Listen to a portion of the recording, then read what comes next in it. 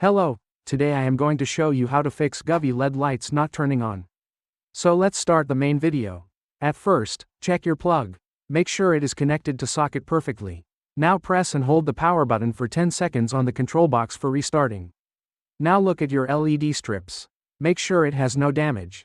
If this problem isn't fixed yet, simply connect other socket. Now this problem is fixed.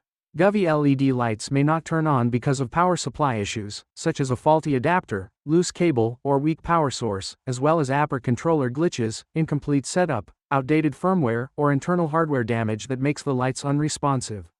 In most cases, this issue can be resolved by carefully checking the power source, ensuring all cables and connections are secure, resetting the lights to clear any glitches, and making sure the Govee Home app and firmware are up to date, which usually restores proper functionality and gets the lights working again.